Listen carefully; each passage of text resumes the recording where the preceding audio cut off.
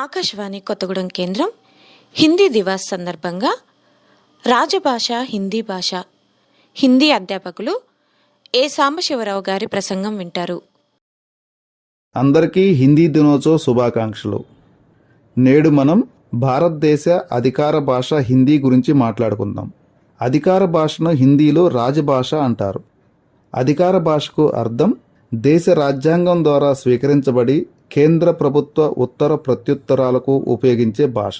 అనగా ఏ దేశంలోనైనా ప్రభుత్వ కార్యకలాపాలు ఏ భాషలోనైతే జరపడానికి రాజ్యాంగంలోని ఆర్టికల్స్ ద్వారా కొన్ని ఆదేశాలు ఇవ్వబడతాయో దాన్ని ఆ దేశం యొక్క అధికార భాషగా పిలుస్తారు. భారత రాజ్యాంగంలో హిందీకి అధికార భాష హోదానైతే కల్పించారు, కానీ దీనితో పాటు కొన్ని సవరణలు కూడా చేశారు. అవేమనగా ఎప్పటి వరకైతే హిందీ పూర్తి స్థాయిలో అధికార భాషగా రూపుదిద్దుకోదో అప్పటి వరకు కేంద్ర ప్రభుత్వం తమ ఉత్తర ప్రత్యుత్తరాలను ఇంగ్లీష్లో కూడా జరపవచ్చును. భారత రాజ్యాంగం అమల్లోకి వచ్చిన సంవత్సరం అనగా 1950 నుండి 15 సంవత్సరాల వరకు అనగా 1965 సంవత్సరం వరకు ఇంగ్లీష్లో కేంద్ర ప్రభుత్వం తమ అధికారిక కార్యకలాపాలకు సంబంధించిన ఉత్తర ప్రత్యుత్తరాలు జరపడానికి అనుమతిని ఆదేశించారు.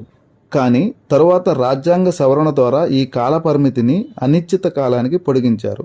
భారత రాజ్యాంగం ద్వారా రాజ్యాంగ నిర్మాతలు హిందీని భారతదేశానికి అధికార భాషగా ప్రకటించినప్పటికీ భారత కేంద్ర ప్రభుత్వంలోని కొందరు అధికారులు వారి కార్యకలాపాల కొరకు ఎక్కువ శాతం ఇంగ్లీష్నే ఉపయోగిస్తున్నారు. కాబట్టి ఇప్పటికీ భారతదేశంలో ఇంగ్లీష్ భాషాధిపత్యం అప్రతిహతంగా కొనసాగుతూనే ఉందని భావించవచ్చు.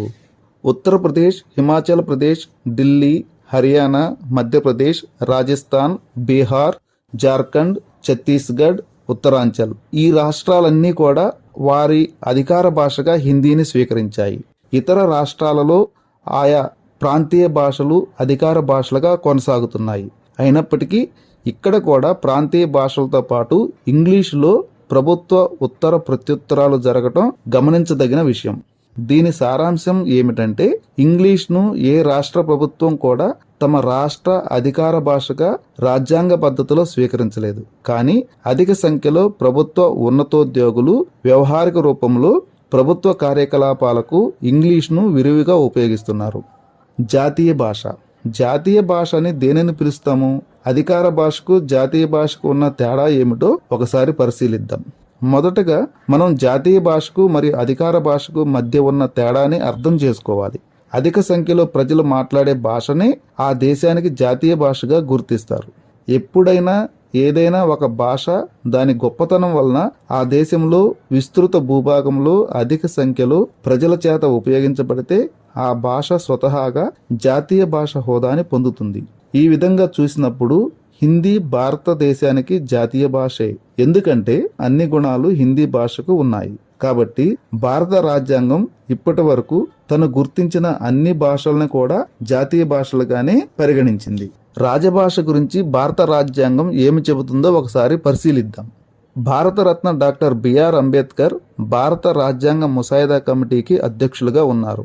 ఈ ముసాయిదా కమిటీ ముందున్న గొప్ప ప్రశ్న ఏమంటే భారతదేశానికి అధికార భాషగా ఏ భాషను గుర్తించాలి. విస్తృత స్థాయిలో చర్చించిన తర్వాత 1949 సంవత్సరం సెప్టెంబర్ 14వ తేదీన భారత రాజ్యాంగ సభ అనగా రాజ్యాంగ పరిషత్ ఒక ఓటు మెజారిటీతో భారతదేశానికి హిందీని అధికార భాషగా గుర్తించాలని నిర్ణయించింది. కాబట్టి మనందరం ప్రతి సంవత్సరం సెప్టెంబర్ 14వ తేదీన హిందీ దివస్ వేడుకల్ని జరుపుకుంటున్నాము. రాజ్యాంగంలోని 17వ భాగంలోని 1వ అధ్యాయంలో ఆర్టికల్ 343(1)ని అనుసరించి యూనియన్ ఆఫ్ ఇండియాకి అధికార భాష హిందీ మరియు దాని లిపిగా దేవనాగరి గుర్తించబడ్డాయి. దీనితో పాటు కేంద్రానికి సంబంధించిన తన రాజకీయ ప్రయోజనాల కోసం ఉపయోగించే అంకెలు అంతర్జాతీయ రూపాన్ని సంతరించుకున్న భారతీయ భాషలోని అంకెల్ని స్వీకరించారు. కానీ ఇదే ఆర్టికల్లో తెలియజేయబడిన మరో విషయం ఏమిటంటే రాజ్యాంగం అమల్లోకి వచ్చింది మొదలు 15 సంవత్సరాల వరకు అన్ని రకాల కార్యకలాపాలు ఇంగ్లీష్లో కూడా జరపబడును. అయితే 15 సంవత్సరాల తర్వాత కూడా రాజకీయ ఒత్తిడి వలన కేంద్ర ప్రభుత్వం దీని కాల పరిమితిని పెంచింది. దీని ఫలితంగా అన్ని రకాల ఉత్తర ప్రత్యుత్తరాలకు ఇప్పటికీ నిరాటంకంగా ఇంగ్లీష్ను ఉపయోగిస్తున్నారు. యూనియన్ ఆఫ్ ఇండియాకి హిందీ అధికార భాష అయినప్పటికీ ఇంగ్లీష్తో గట్టిగా ఢీకొనాల్సి వస్తుంది. భారత రాజ్యాంగంలో 17వ భాగంలోని 1వ అధ్యాయంలో ఆర్టికల్ 343 నుండి 351 వరకు అధికార భాషకు సంబంధించినవని తెలుసుకున్నాం కదా. ఇప్పుడు రాజభాషకు సంబంధించిన ఏ ఆర్టికల్ ఏం చెబుతుందో ఒకసారి పరిశీలిద్దాం. యూనియన్ ఆఫ్ ఇండియాకి అధికార భాష హిందీ, దాని లిపి దేవనాగరి. దీంతో పాటు అంతర్జాతీయ స్థాయిలో ప్రామాణికమైన అంకెల్ని ఉపయోగించటం గురించి ఆర్టికల్ 343 చెబుతుంది. ఆర్టికల్ 344 భారత రాష్ట్రపతి ద్వారా అధికార భాషా కమిషన్ మరియు అధికార భాషా సంఘం ఏర్పాటును గురించి తెలియజేస్తుంది. 345, 346, 347 అనే ఆర్టికల్స్ ప్రాంతీయ భాషల గురించి వివరిస్తాయి. సుప్రీంకోర్టు, హైకోర్టు వెలువరించే తీర్పులు, రూలింగ్లు, ఆదేశాలు, పార్లమెంట్, శాసనసభలు మరియు విధానసభల్లో రూపొందించే చట్టాలకు సంబంధించి ఉపయోగించవలసిన భాష గురించి ఆర్టికల్ 348 వివరిస్తుంది. ఆర్టికల్ 349లో భాషకు సంబంధించిన విధి విధానాలు, దాని పరిధి, విస్తృతి గురించిన వివరణలు పొందుపరిచారు. ఆర్టికల్ 350లో సామాన్య ప్రజలు తమ ఫిర్యాదుల్ని, సందేహాల్ని వ్యక్తపరుస్తూ చేసుకునే దరఖాస్తుకు ఉపయోగించే భాష మరియు ప్రాథమిక స్థాయిలో మాతృభాషలో విద్యాభ్యాసం చేసే సౌకర్యం, ఇంకా ఇతర అల్పసంఖ్యాక ప్రజలు ఉపయోగించే భాషల గురించిన దిశానిర్దేశాలు పొందుపరిచారు మన రాజ్యాంగ నిర్మాతలు. ఆర్టికల్ 351 అధికార భాష పట్ల కేంద్ర ప్రభుత్వం యొక్క బాధ్యత మరియు దాని కర్తవ్యం గురించి తెలియజేస్తుంది. కాబట్టి హిందీ భాష ప్రచార, ప్రసారాలు మరియు అభివృద్ధి కోసం కేంద్ర ప్రభుత్వం విధిగా వాటిని పాటించి తీరాలి. ఇవి కాక భారత రాష్ట్రపతి 3/12/1955న ఆర్సీ నెంబర్ 59/2/54 ద్వారా కేంద్ర ప్రభుత్వం తన అవసరాలు మరియు ప్రయోజనాల కోసం హిందీ భాషా ఆదేశాలు 1955 పేరుతో సర్క్యులర్ మెమోని జారీ చేశారు. దీని ప్రకారం ఇంగ్లీష్తో పాటు హిందీని 5 సందర్భాల్లో ఉపయోగించాలి. 1. ప్రజలతో ప్రభుత్వం ఉత్తర ప్రత్యుత్తరాలు జరిపేటప్పుడు. 2. పరిపాలనా సంబంధమైన రిపోర్టులు, ప్రభుత్వం యొక్క లక్ష్యాలు, సంకల్పాలు మొదలగు వాటి గురించి పార్లమెంటులో ప్రస్తావించే వివిధ రిపోర్టుల కొరకు. 3. హిందీ అధికార భాషగా కలిగిన రాష్ట్రాలతో ఉత్తర ప్రత్యుత్తరాలు జరిపేటప్పుడు. 4. ఇతర దేశాల ప్రభుత్వాలతో మరియు అంతర్జాతీయ సదస్సులు, సంఘాలతో ఉత్తర ప్రత్యుత్తరాలు జరిపేటప్పుడు.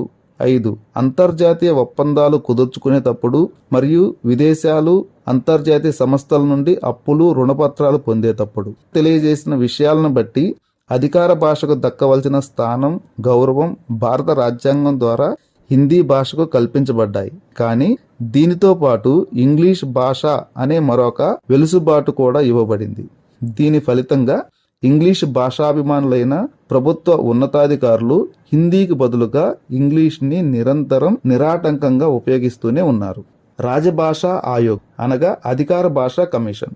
భారత రాజ్యాంగంలో ఆర్టికల్ 344ను అనుసరించి అప్పటి భారత రాష్ట్రపతి డాక్టర్ బాబు రాజేంద్ర ప్రసాద్ జూన్ 7వ తేదీన 1955వ సంవత్సరాన బాల గంగాధర్ ఖేర్ అధ్యక్షతన అధికార భాషా కమిషన్ను ఏర్పాటు చేశారు. యూనియన్ ఆఫ్ ఇండియాలోని వివిధ రాష్ట్రాల నుండి 20 మందిని సభ్యులుగా నియమించారు. ఈ కమిషన్ వారు 19 రకాల సిఫార్సులు చేశారు. 1976లో రూపొందించిన అధికార భాషా విధి విధానాలను ఒకసారి పరిశీలిద్దాం. అధికార భాషా విధి విధానాలు 1976. ఈ విధానాల వలన హిందీ భాషను వీలైనంత ఎక్కువ ఉపయోగించటం కోసం కొంత చెప్పుకోదగిన ముందడుగు పడింది. ఈ విధి విధానాల్లో కొన్ని ముఖ్యమైన వాటి గురించి ఇప్పుడు మాట్లాడుకుందాం. యూనియన్ ఆఫ్ ఇండియాని 3 వర్గాలుగా విభజించారు. మొదటి శ్రేణి, 2వ శ్రేణి, 3వ శ్రేణి.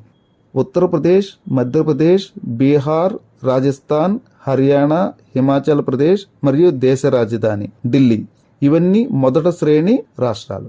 పంజాబ్, గుజరాత్, మహారాష్ట్ర, చండీగఢ్ మరియు అండమాన్ నికోబార్ దీవులు ఈ రాష్ట్రాలను 2వ శ్రేణిగా వర్గీకరించారు. మిగిలిన రాష్ట్రాలు మరియు కేంద్రపాలిత ప్రాంతాలని 3వ శ్రేణిగా వర్గీకరించారు. ఈ వర్గీకరణ అనంతరం కొన్ని ఆదేశాలను జారీ చేశారు. కేంద్ర ప్రభుత్వ కార్యాలయాల నుండి మొదటి శ్రేణిలోని రాష్ట్రాలకు పంపించే అన్ని రకాల జీవోలు, ఉత్తరాలు, లేఖలు, సర్కులర్లు, మెమోలు మొదలగు సమాచార పత్రాలను దేవనాగరి లిపిని ఉపయోగించి హిందీ భాషలో వ్రాసి పంపించాలి. ఒకవేళ ఏదైనా ఇంగ్లీష్లో ఉన్న లెటర్ను పంపించవలసి వస్తే దానికి హిందీ అనువాదం కూడా తప్పనిసరిగా జతపరచాలి. 2వ శ్రేణిలోని రాష్ట్రాలకు అన్ని రకాల జీవోలు, ఉత్తరాలు, లేఖలు, సర్కులర్లు, మెమోలు మొదలగు సమాచార పత్రాలను హిందీ మరియు ఇంగ్లీష్ 2 భాషల్లోనూ పంపించాలి. 3వ శ్రేణిలోని రాష్ట్రాలకు అన్ని రకాల ఈ సమాచార పత్రాలను ఇంగ్లీష్లో పంపబడును. కేంద్ర ప్రభుత్వ కార్యాలయాలకు హిందీలో వచ్చే ఉత్తరాలకు ప్రత్యుత్తరం తప్పనిసరిగా హిందీలోనే ఇవ్వాలి. కేంద్ర ప్రభుత్వ కార్యాలయాల్లో అన్ని రకాల సర్కులర్లు, నోటీసులు, రిజిస్టర్లు మొదలగున్నవి హిందీ మరియు ఇంగ్లీష్ భాషల్లోనూ అందుబాటులో ఉంటాయి.